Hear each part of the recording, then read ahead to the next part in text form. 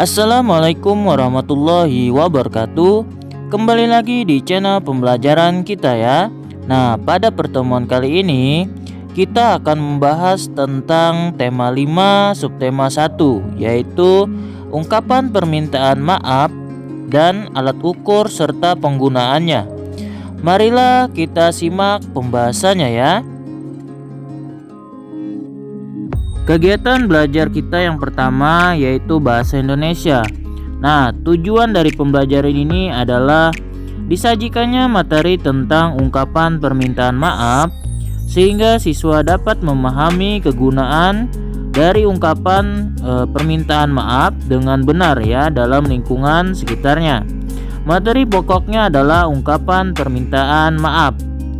Nah, pengalamanku di rumah, kegiatan apa yang dapat kalian lihat pada gambar di samping? Di manakah kegiatan tersebut terjadi? Nah, lihat di sana terdapat seorang anak yang sedang membantu ibunya memasak di dapur ya. Setiap rumah memberikan pengalaman bagi penghuninya ya. Banyak kegiatan dan peristiwa yang terjadi di rumah. Ada yang menyenangkan dan ada pula yang menyedihkan. Semuanya itu memberikan pelajaran berharga bagi kita semua ya. Yang berikutnya adalah mengungkapkan permintaan maaf. Perhatikan percakapan berikut ini ya antara Ahmad, ibu dan ayahnya. Ahmad memulai percakapannya ya. Bu, kata Ahmad, maafkan Ahmad ya, Ahmad menjatuhkan lukisan kesayangan ibu. Tidak apa-apa nak, ibu yang salah, ibu juga minta maaf. Seharusnya ibu minta tolong ayah. Nah, kata ibunya. Ahmad membersihkan dahulu pecahan kacanya ya bu, kata Ahmad.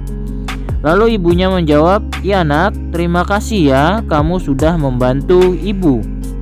Sudah, tidak apa-apa. Nanti biar ayah yang mengganti kaca dan bingkai lukisan itu, kata ayahnya. Terima kasih ya, kata Ahmad. Nah, di sini terdapat ungkapan permintaan maaf yang dikatakan oleh si Ahmad ya, atau diucapkan oleh si Ahmad. Karena dia telah menjatuhkan lukisan kesayangan ibunya ya pada kalimat yang pertama. Yang berikutnya adalah, apakah kalian pernah berbuat salah ataupun kesalahan ketika berada di rumah? Nah, sebagai manusia kita pastinya pernah melakukan kesalahan ya. Kesalahan apa yang kita atau kalian buat? Nah, diantaranya di sini seperti menumpahkan air ya, atau menyenggol air dengan sengaja atau tidak sengaja, ataupun mengganggu adik misalnya ya, membuat adik menangis ya, menjahilin dan yang lain-lain, ataupun misalnya ayah sedang bekerja lalu kita ajak bercanda dan sebagainya. Nah, apakah kalian juga meminta maaf ya? Ketika kita melakukan kesalahan maka kita harus minta maaf ya. Selanjutnya adalah kegiatan belajar kita yang kedua, yaitu matematika. Tujuannya adalah dengan disajikannya gambar alat ukur ya, panjang, lebar, dan tinggi. Siswa dapat mengenal dan menggunakan alat ukur untuk menghitung panjang dan lebar serta tinggi tadi pada suatu benda di sekitar rumah. Nah, materi pokoknya adalah alat ukur dan cara menghitungnya. Amati alat ukur berikut ini ya, alat bendanya. Nah, alat yang digunakan untuk mengukur panjang, lebar, dan tinggi itu biasanya disebut meteran. Nah, selain meteran, untuk mengukur panjang benda dapat menggunakan penggaris ya, atau disebut mistar. Nah, berikut ini beberapa contoh ya, seperti meteran ya, ataupun roll meter yang lebih besar, meteran kain ya, dan penggaris. Mencari tahu kegunaan dari meteran ataupun roll meter yang lebih besarnya itu roll meter ya. Nah, biasanya meteran atau roll meter ini digunakan untuk mengukur benda lebih dari 1 meter ya, sampai puluh atau ratusan meter. Nah, seperti meja ya, misalnya tinggi meja, lebar meja, pintu, dan lemari ya. biasanya satuannya adalah meter ya, otomatis. Bisa juga roll meter untuk mengukur tanah ya, ukur tanah ataupun jalan ya. Nah, yang selanjutnya kita akan mencari tahu kegunaan dari meteran kain. Nah, meteran kain ini biasanya digunakan untuk mengukur bagian tubuh ketika akan membuat pakaian. Satuan ukur yang dipakai itu adalah sentimeter dan inci. Nah, berikut ini adalah contoh penggunaan meteran kain yang digunakan oleh para penjahit ya, biasanya mengukur baju dan celananya. Selanjutnya adalah mencari tahu kegunaan dari penggaris ataupun mistar ya. Biasanya panjang penggaris ini sampai 30 cm saja. Nah, kegunaannya adalah untuk mengukur benda yang berbidang datar ya, ataupun lurus artinya, dan berdimensi kecil. Satuan ukurnya adalah sentimeter ya. Nah, berikut ini adalah contoh dari pengukuran yang menggunakan penggaris ataupun mistar, seperti mengukur panjang buku, panjang penghapus ataupun panjang pulpen. Selain alat ukur yang tadi ya, ada juga alat ukur lainnya. Nah, yaitu seperti jangka sorong, di mana ini digunakan untuk mengukur garis tengah suatu benda yang berbentuk lingkaran ya. Satuannya adalah milimeter. Nah, biasanya seperti mengukur koin ya, ataupun mengukur panjang dari baut, mungkin kelereng, bola ya, bola yang kecil dan yang lain-lainnya. Nah, ingat ketika mengukur satuan maka dimulai dari angka 0 ya. Yang berikutnya kita akan membahas tentang mengubah satuan ukur panjang ya.